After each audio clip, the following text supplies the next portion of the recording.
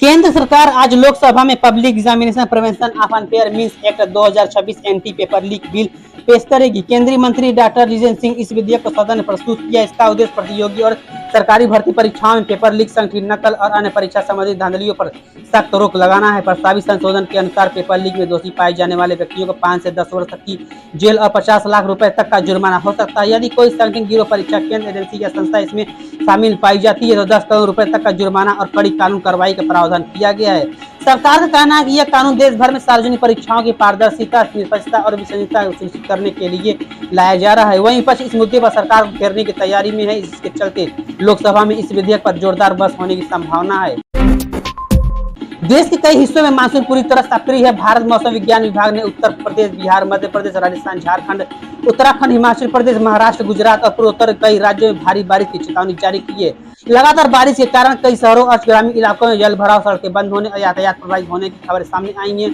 पहाड़ी राज्यों में भूस्खलन का खतरा बढ़ गया है, जबकि नदियों का जल स्तर भी तेजी से बढ़ रहा है। प्रशासन ने लोगों से अपील की है कि खराब मौसम के दौरान अनावश्यक यात्रा से बचे, नदी नालों के पास न जाए। असम में लगातार हो रही भारी बारिश के कारण ब्रह्मपुत्र नदी का जल स्तर तेजी से बढ़ गया है, जिससे राज्य के कई जिलों में बाढ़ जैसे हालात बन गए हैं। नदी के किनारे बसे अनेक गांव जलमग्न हो गए और हजारों लोगों का जनजीवन प्रभावित हुआ है। कई स्थानों पर सड़क संपर्क टूट गया है, जबकि खेती की जमीन और फसलें भी पानी में डूब गई है। राज्य प्रशासन, राष्ट्रीय आपदा प्रतिक्रिया बल NDRF और राज्य आपदा प्रतिक्रिया बल SDRF की टीमें राहत एवं बचाव कार्य में जुटी हैं। तेलंगाना सरकार विधानसभा चुनाव लड़ने की न्यूनतम आयु 25 वर्ष से घटाकर 21 वर्ष करने के लिए प्रस्ताव लाने की तैयारी कर रही है। सरकार का कहना है कि इससे युवाओं को राजनीति में अधिक भागीदारी का अवसर मिलेगा और वे कम उम्र में ही लोकतांत्रिक प्रक्रिया का हिस्सा बन सकेंगे। हालांकि वर्तमान में भारतीय संविधान का अनुच्छेद 173 और जन प्रतिनिधित्व अधिनियम 1951 के अनुसार किसी भी राज्य विधानसभा या लोकसभा का चुनाव लड़ने के लिए न्यूनतम आयु 25 वर्ष निर्धारित है। इसलिए इस बदलाव के लिए केवल राज्य का प्रस्ताव पर्याप्त नहीं होगा, इसके लिए संविधान और संबंधित केंद्रीय कानून में संशोधन आवश्यक होगा। चीन के दक्षिणी हिस्से में शक्तिशाली टाइफून नोल ने भारी तबाही मचाई है। तूफान के कारण तेज हवाएं, मूसलाधार बारिश और बाढ़ जैसी स्थिति पैदा हो गई है। सुरक्षा के मद्देनजर 7 लाख से अधिक लोगों को सुरक्षित स्थानों पर पहुंचाया गया, जबकि कई क्षेत्रों में उड़ानें और रेल सेवाएं प्रभावित हुई। चीन के मौसम विभाग ने कई प्रांतों में रेड अलर्ट जारी किया। अधिकारियों ने भूस्खलन, अचानक बाढ़ और नदी किनारे रहने वाले लोगों को सतर्क रहने की चेतावनी दी है। गूगल ने अपने क्रोम ब्राउजर का नया अपडेट जारी किया है, जिसमें सुरक्षा, गति और उपयोगकर्ता अनुभव को बेहतर बनाने पर विशेष ध्यान दिया गया है। नए संस्करण में कई सुरक्षा खामियों को ठीक किया गया है, जिससे साइबर हमलों और ऑनलाइन धोखाधड़ी का खतरा कम होगा। कुछ उपयोगकर्ताओं के लिए AI आधारित सुविधा और बेहतर प्रबंधन जैसे नए फीचर्स भी उपलब्ध कराए जा रहे हैं। गूगल ने सभी क्रोम उपयोगकर्ताओं को जल्द से जल्द अपना ब्राउजर अपडेट करने की सलाह दी है, ताकि वे नवीनतम सुरक्षा पैच और नए फीचर्स का लाभ उठा सकें। आयकर रिटर्न ITR दाखिल करने की अंतिम तिथि नजदीक आने के साथ ही देश भर में करदाताओं के बीच रिटर्न फाइल करने की रफ्तार बढ़ गई है।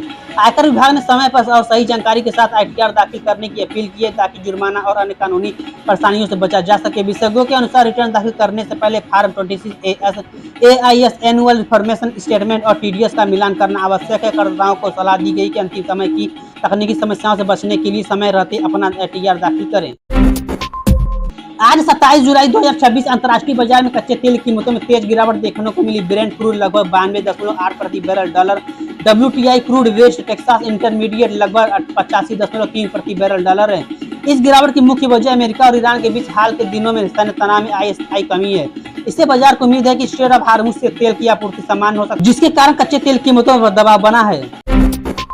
देश भर में सक्रिय मानसून के कारण खरीफ फसलों को बड़ा लाभ मिल रहा है। जुलाई के अंतिम सप्ताह में अधिकांश राज्यों में अच्छी बारिश होने से धान, मक्का, सोयाबीन, कपास, बाजरा, मूंगफली और दालों जैसी खरीफ फसलों की बुआई और वृद्धि में तेजी आई है। पर्याप्त वर्षा से खेतों में नमी बनी हुई है, जिससे सिंचाई पर किसानों की निर्भरता कम हुई है और खेती की लागत में भी कमी आने की उम्मीद है। कृषि विशेषज्ञों के अनुसार यदि अगले कुछ सप्ताह तक मानसून सामान्य बना रहता है तो इस वर्ष खरीफ फसलों का उत्पादन बेहतर हो सकता है। इससे किसानों की आय बढ़ने के साथ साथ देश में खाद्यान्न उत्पादन भी मजबूत होगा। मौसम विभाग ने किसानों को यह भी सलाह दी है कि जिन क्षेत्रों में अत्यधिक बारिश की संभावना है वहां खेतों में जल निकासी की उचित व्यवस्था रखें, ताकि फसलों को जल भराव से नुकसान न पहुंच सके।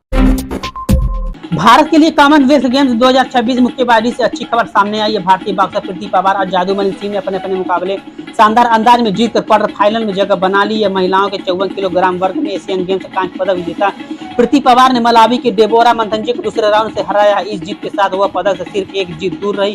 क्वार्टर फाइनल में उनका मुकाबला उत्तरी आयरलैंड के निकोल क्लाउड से होगा। वहीं पुरुषों के 55 किलोग्राम वर्ग में जादूमणि सिंह ने पाकिस्तान के सुमामा रहमान को 5-0 से हराकर क्वार्टर फाइनल में प्रवेश कर लिया है।